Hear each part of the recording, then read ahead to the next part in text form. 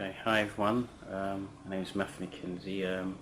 I'll be helping Stephen to video his book reviews. The latest one being Balzac's Droll stories. So, Stephen, do you want to introduce yourself? That's your name and what books you've written. Hi, my name is Vizinczey, and I am the author of several books in praise of older women, An Innocent Millionaire, Truth and Lies in Literature, The Rules of Chaos, and If Only. That's perfect. So, what is your actually tell me a bit about Honore de Balzac. Why is he? What do you know about your favorite writer? Well, Balzac was the greatest writer in the Western literature.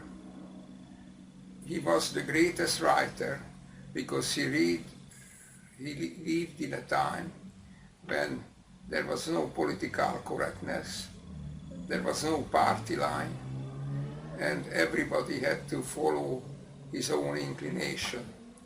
And the people who did that best, of course, were the geniuses who used the freedom to write whatever they wanted to write.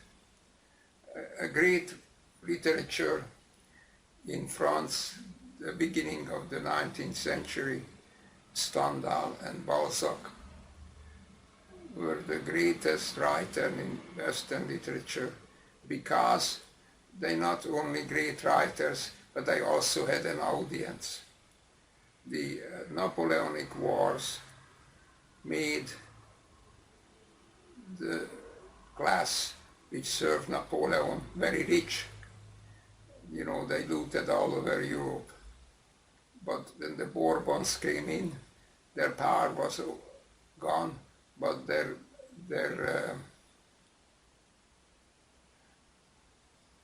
money, but they still had the money. Still had the power and the yeah. So they could really entertain themselves by reading things which corresponded to their experiences, and they were interested only in the truth because they weren't making new money.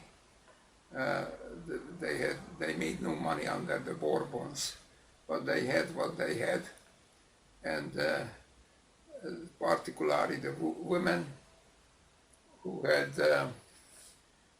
Napoleonic officers as their lovers or husbands, which gave them a great knowledge of the world. And also at this time, the Napoleonic class had known every kind of human life. And you know, in English literature, 19th century English literature is, to my mind, is dead because everybody was what his parents were. If you were a shoemaker, your son was to be a shoemaker. So the merchant class was the reader in England. They had the power and they were safe. They owned all the world, and the prejudices of a not very intelligent or not very knowledgeable merchant class ruled the world. They had everything. And people who are safe are not interested in great literature. They're just interested in having confirmed their ideas. Yeah. And the Napoleonic era was a totally different era. You know, you could know a person who was a shoemaker or a barber and became a general. As Napoleon said, every soldier the Napoleonic army has the marshal's baton in his knapsack.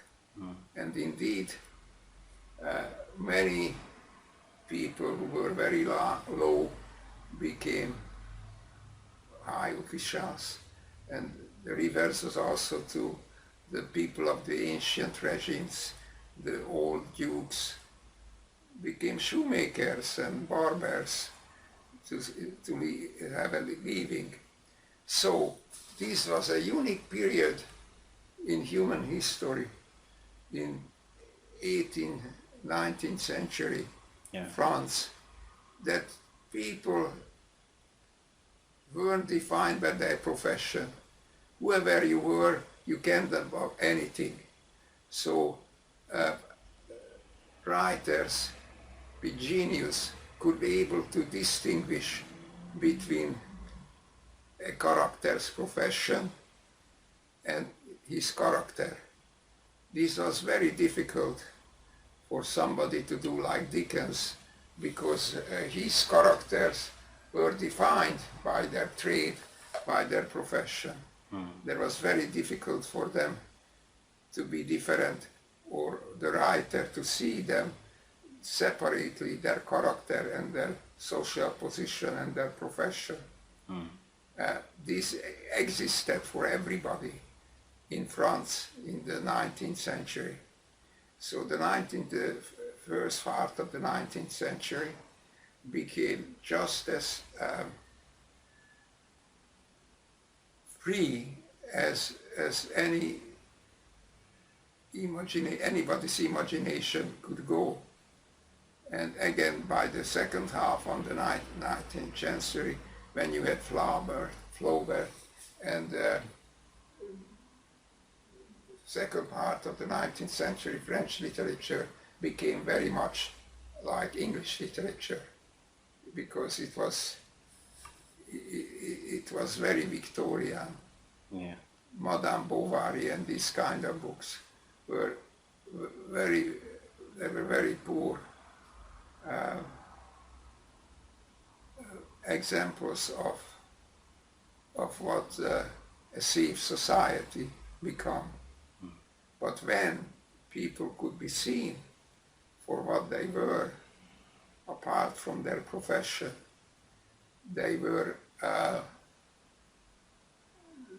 the writers' insights were limitless. If you had genius, you could learn about human beings, things which you couldn't have learned in any other period of European history. So, okay, if we can move on to one of these books that you often talk about, and this book, I believe, is called Droll Stories. Yeah, so the Droll Stories is very interesting, because the Droll Stories, you know, when there are no deadly consequences of your actions, you are really not thinking too much about them. You think of your feelings separately. No, the Droll Stories was placed in the most deadly situation when sex and most things meant life or death. So it is in the Middle Ages, very religious, and at the same time very violent. So so love meant life. No, basically love is always the same. But when you have extreme situations like the Middle Ages, the meaning of things are become clearer, because there are deadly consequences whatever you do. And this is why the Droll Stories are the most profound examples and insights into the feelings of love, jealousy, boredom, and what happens in peaceful modern life, you hardly notice or the meaning of things, because it only a squabble, but everything was for life and death. So that made a huge difference. And what is your favorite story out of Droll stories? What sort of stories do you like? Because it's quite a big book, and I believe you have that there on your desk. You've been reading a fair bit today. Well, he originally meant to write 100 stories. 100, that's right. That was his plan, but I think he did only 30 or 40, and they're all different. And what is very interesting about it, that Balzac is really given credit for it, but he was a great poet of prose. So he would have expressions and images which are really great poetry,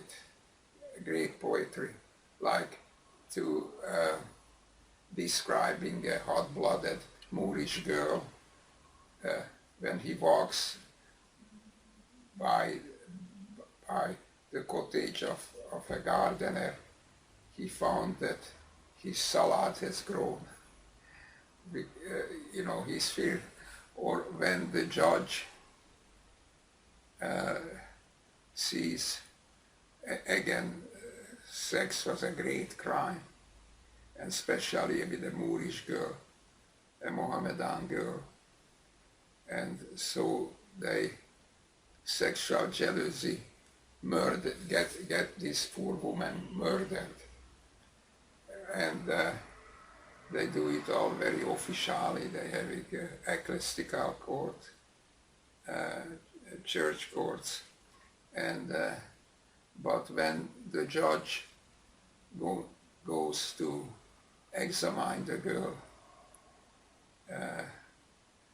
the effect on him, the beauty of this Moorish girl, is that the snow melted from my head, and I was a schoolboy again, stealing apples, out of school stealing apples. There is and he speaks because the Puritans, the sex haters, the jealous,